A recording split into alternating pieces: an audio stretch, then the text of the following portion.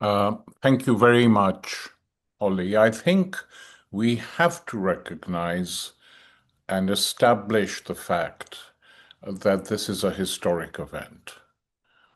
How it ends up, I hope, doesn't force us to change our minds. But the establishment of a left-wing party consisting largely of socialists, though not exclusively, is a big development in this country. It's the first time that an attempt has been made since the Second World War, and those who have already registered and joined as members number above 50,000. So it's a very important event. Many people are hoping that it'll fail. Some are behaving within the party as if though it might fail. And I would advise all comrades, I joined very early on, that this is a chance we've got which might never come again, and that if this chance is blown up, we will regret it. Whichever side, whichever faction we happen to be on. So we need this party. More importantly, this is a party needed by people in this country, given what's going on. We have an appallingly right-wing government, which is now being attacked by right-wing papers as well as many in the liberal press. The demand for Starmer to quit is getting stronger and stronger. And interestingly, today, our Chancellor attacked not the official leader of the opposition sitting in Parliament, not anyone in Parliament at all, but Zach Polanski, who's been raving in a very positive way against the budget on television, on radio, in interviews, and they attacked him. And her mocking of him was, oh, he used to work as a hypnotherapist. Well, so what? In fact, she would do, quite well if she went and got some advice from him. He might actually explain what, radical politics mean to these people who are so out of touch that they deserve to lose. They really deserve to lose. And that's why all of us in the party bear a responsibility. And we can debate, we can carry on debating, but politics in command has to be our slogan. Both politics in this country, in the different parts of this country, by which I mean England, Scotland, Wales, and Northern Ireland, but also abroad. Just as we are due to meet this weekend, a trial is taking place in which the government is up to its old tricks again. The last minute, clearly the Home Office and Shabana Mahmood decided to change the three judges sitting in judgment on Palestine action.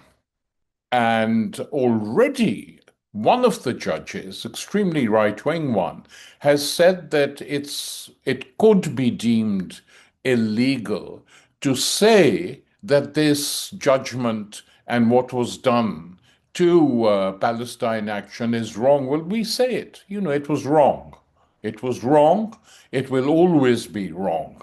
And this should be defied with even more strength than has been used so far against Palestine action. These are comrades who have to be supported. They're doing an amazing job. They've polarized the country. They've brought the elderly people onto the streets again, and not any old elderly people. Of course, there are lots of ordinary ones, but former members of the armed services, former civil servants are joining them and defying the ban. So even if they manage to get these three judges to pass the whatever they want passed, to turn their backs on and to destroy Palestine action. It's not going to happen. They tried it with the Irish during the Troubles. It didn't work. Instead, the judges who passed those appalling judgments got discredited for life. They did it with Julian Assange. It didn't work. We finally got him out. A big, big campaign got him out. And I say to you very bluntly, it is not going to work with Palestine action. In fact, if I had anything to do with organizing the conference, I would start the conference by everyone standing up and declaring their solidarity with Palestine action against this corrupt, genetically bent judiciary that is always brought into play when they want judgments to go on their side. I hope I'm wrong in this, but that is what it is looking like. So both Gaza and the solidarity with Gaza, the solidarity with the Palestinians remains a central issue for us. And that is why we've published this little book called Your Party, in which many, many of the leading militants, including Zara, Andrew Murray, others, I won't name every name, have written to show their differences quite openly.